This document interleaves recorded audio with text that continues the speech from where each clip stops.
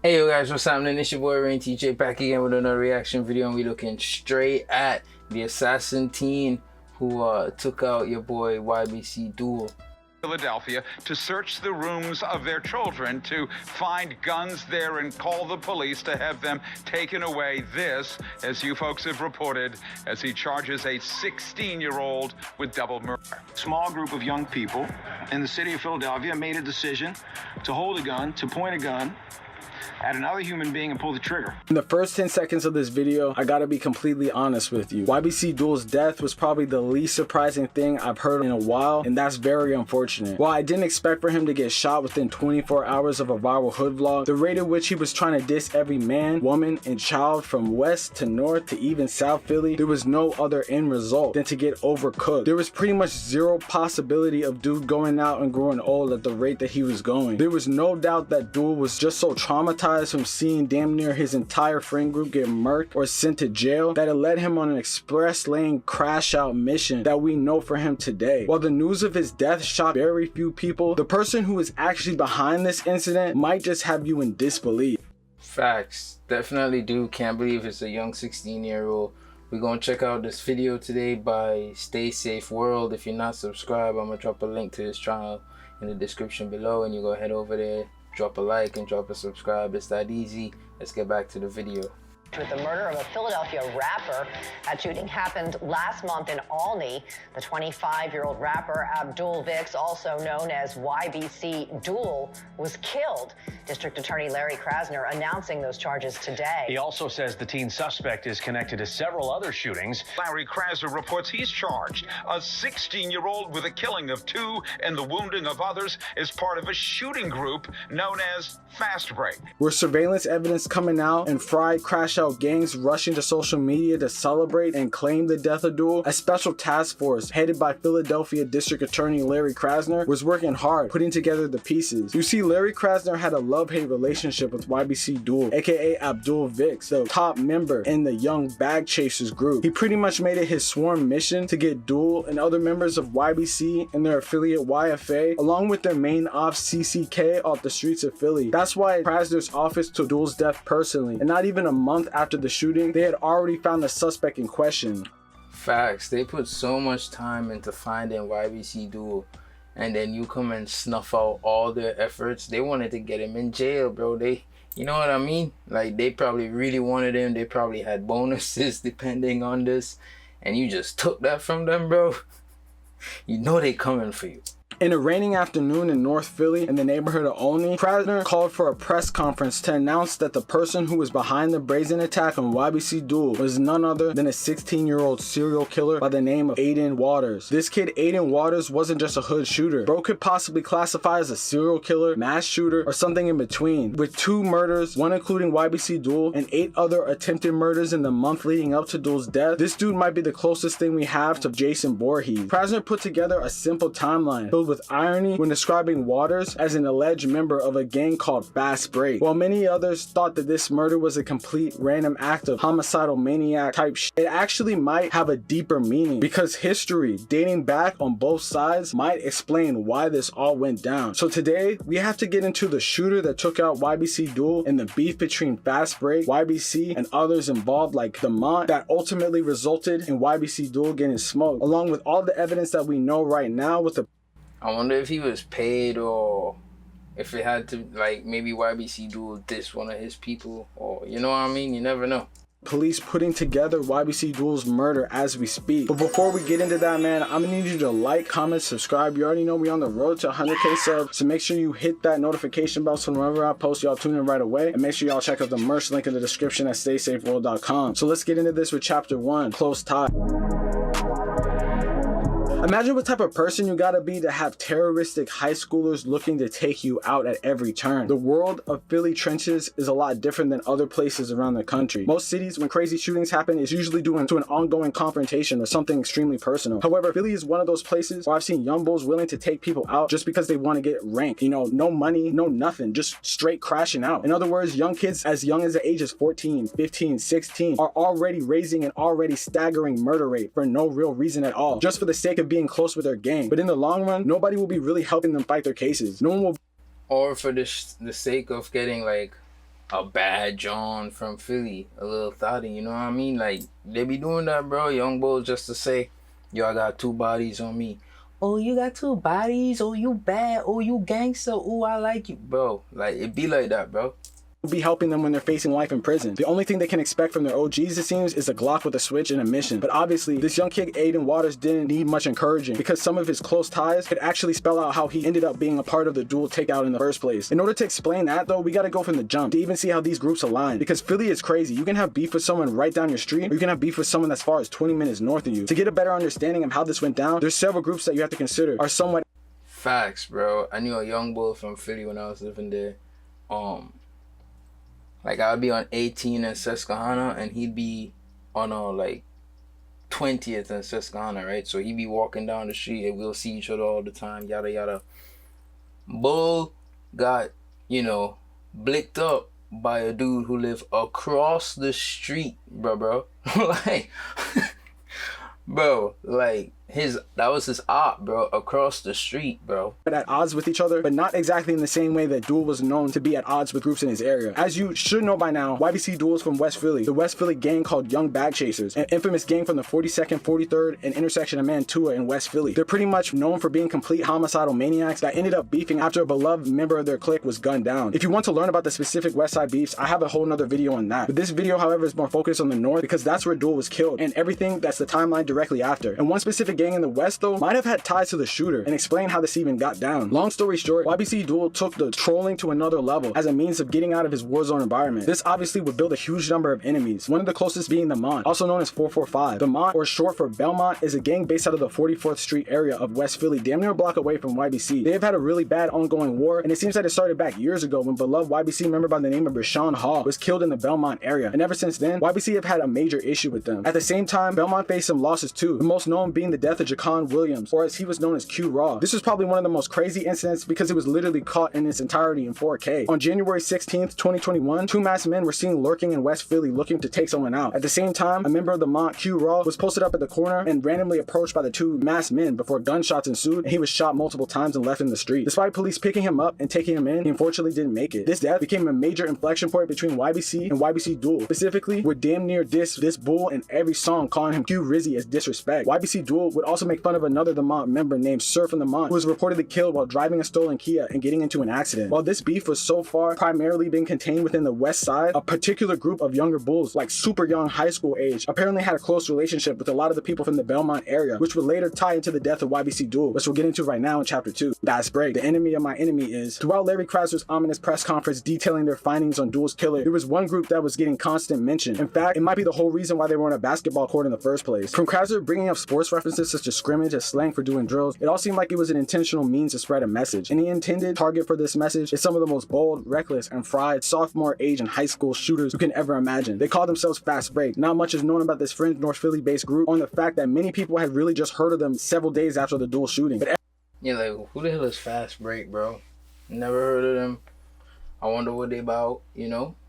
And I mean, I wonder what it means for real, but let's see. Everything we do know about this homicidal maniac group is something having to do with sliding, guns, gang ties, and all around crashing out. It's apparently where the shooter Aidan Waters reps. What they do know is they seem to be a North Philly group full of young shooters who have pretty much been terrorizing the city as a whole. Based in the area intersection of 65th Ave and Ogonce, Aidan and his group have apparently been having close ties to a gang called M24 out that way. At the same time, they apparently had a cordial relationship with the Mont for some time now, which would explain why they definitely were having an issue with YBC and specifically YBCDUL. As I said before, YBCDUL has spent the better parts of the last years dissing the Mont heavy, naming both Q Raw in many songs along with Surf of the Mont in some of the most disrespectful ways you can imagine. For instance, earlier this year, it was apparently Q Raw's grave that YBCDUL went to dig up when that first video of him in the cemetery went viral. However, as YBCDUL was using the streets to leverage his rap career, it seems like his enemies were steadily plotting his downfall. You know what the age-old saying says about enemies and friends. It seems like Duel was well aware of his problems with the Mont, but his fatal error that day seems that it was more indirect. Even though he didn't seem to know Fast Break too well, they definitely knew him. Bro had many problems in the city that bro could not only pay attention to his ops, but he had to know the younger generation of the people that he was close with. As time gone by since the actual YBCDUL shooting, more and more clarity has come with the timeline of events that led to the shooting, which we'll get into right now in chapter 3.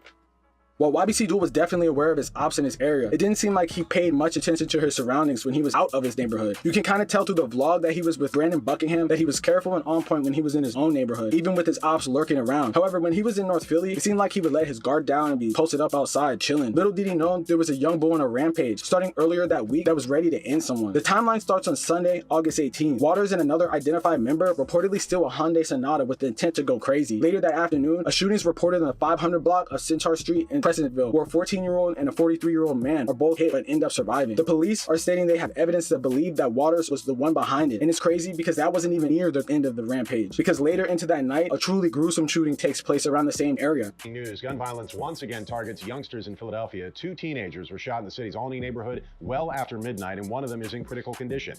Action News reporter Corey Davis is live along East Duncannon Avenue with more. Corey? Matt, good morning. Police are still holding the scene right now. The first of what we believe 2 scenes. This is the first one here, once again, East Duncannon Avenue. This is the 200 block right here at the intersection of A Street next to the athletic fields here of Olney High School. Looks like more police officers here are arriving or possibly changing a shift there. Want to give you a look there, some additional video there of the scene. Officers are focusing on searching around the intersection and knocking on doors in this block here. There are 2 victims, both male teenagers. It's a shooting with 2 crime scenes. The first along the 200 block of East Duncannon Avenue near the Olney Charter High School's track, where police responded to shots around 2:30 in the morning. The other on Whitaker and Hunting Park Avenues, where a driver of a vehicle carrying the 2 teens shot flagged down police. At around 2:30 a.m. on the 200 block of East Duncan Street, police say Waters and one other person were inside a stolen Hyundai Sonata when they started shooting at another group of 5 kids in a car. Unfortunately, one 16-year-old was struck in the head, and before they could take him into the hospital, he died. Bro, ain't that crazy, bro? Like, what is going on, bro? Where people could just crashing out like this for what, bro? What are these 16, 15, 14-year-olds doing, bro? And what are their parents doing? I mean, this all, when you really look at it, this all stems from just the cost of living, bro. Because their parents, realistically, now that I say it out loud, what are their parents doing? Their parents probably working 2-3 jobs. That's probably what their parents doing, working 2-3 jobs, trying to make ends meet. And while their parents not home, these kids just out here wilding out. And that's just sad, bro. After, Waters apparently went and torched his car in the Olney area, but investigators were able to gather surveillance that captured the Hyundai involved on camera and recovered multiple fire cartridge casings at the scene. This would later be the beginning of the end for Waters, but the police were not able to stop him in time because in 4 short days later, he would go out and slide again, this time taking out a damn near household name in the drill community, which takes us to chapter 4. On August 22nd, YBCDUL was trying to move low key. Many thought that he was posted doing his usual type moves like trapping through the city to get his bread up. You know, that whole Brandon Buckingham video had just dropped 24 hours before, so he knew that he had to be on his P's and Q's because he was basically going viral on TikTok and YouTube. At around 3 p.m., he picked up one of his homies and was riding on the 100 block of West Olney Avenue in Olney, seemingly being low-key. Since the actual shooting has happened, more CCTV has dropped, showing the exact crazy moments when Duel's car, waiting behind a SEPTA, was pulled up alongside in an almost identical white car. This is a major red flag because it then stops on the wrong side of the road, sprays into the driver's side door, and then speeds off. This is all caught in 4K CCTV, which is honestly insane and sets off a chain of events which would later get Aidan Waters caught. Apparently, directly after the shooting, Duel was only 4 minutes away from the hospital, but apparently officers claim that the car would go further out of the way to seemingly pick someone up on the way and drop Duel off at the hospital after that. This was apparently too much time and loss of blood because it took him over 21 minutes to make it to the hospital. Wait, what? Hold on, gang. Let's bring that back and see what he say, because I didn't hear that before, and if that's true, damn. Officers claim that the car is caught. Apparently, directly after the shooting, Duel was only 4 minutes away from the hospital, but apparently officers claim that the car would go further out of the way to seemingly pick someone up on the way and drop Duel off at the hospital after that. This was a... Hold on. Now we're gonna bring that back. Apparently too much, seemingly pick someone up on the way, but apparently officers claim that the car would go further out of the way to seemingly pick someone up on the... Officers came in the car? Who? What? Aidan Waters caught. Apparently, directly after the shooting, Duel was only 4 minutes away from the hospital, but apparently officers claim that the car would go further out of the way to seemingly... Oh. Officers claimed that the car would go further out of the way. Because I was like, what? Officers came in the car and did what? pick someone up on the way and drop Duel off at the hospital after that. This was apparently too much time and loss of blood because it took him over 21 minutes to make it to the hospital even though it was close. He was later declared dead about 15 minutes after. At the same time that this was going down, the kid Aidan Waters apparently pulled up to a block damn near right behind his house and left his white Kia Sportage and burned it too. Little did he know, he didn't burn all the evidence in the car because the police found shell casings and other evidence within it. At this point, he was on the radar with the police, but it would be his own fried activity that would actually... What an idiot, bro. You pull up behind your own house, in your own town, in your own state. Bro, what is you doing, bro? What? You right there. You right, New Jersey right there. The bridge right there, bro. What? Getting out of PA is right there. Why would you just do this in your backyard, bro? Like in a block behind your house. That's like 4 streets, bro. Like that's right there, bro. Why would you do that? To get him caught. Sometime in between the shooting and now, police would put 2 and 2 together when a recorded jail call between Waters and a friend in jail, where Waters would go about bragging, saying he had 2 scrimmages, which police understood was slang for shooting that takes someone out. August 31st, just a week later, police get a warrant for his arrest and raid his house. In his bed, they find a 10mm handgun with a red switch, which was featured on many social media posts. In his basement though, they find a 9mm that was reported stolen. When they run the evidence, they found an exact match for the stolen Glock with the shell casings left behind at the scene. Basically a done deal, resulting in his arrest. It's wild because apparently this kid just a couple years ago was featured on an ESPN magazine on the front cover for being a track star. But I guess track wasn't enough because bro had to... What? Bro, that's crazy, bro. See, now you gotta wonder what happened along the way. You know what I mean? And then he might even end up wondering that himself.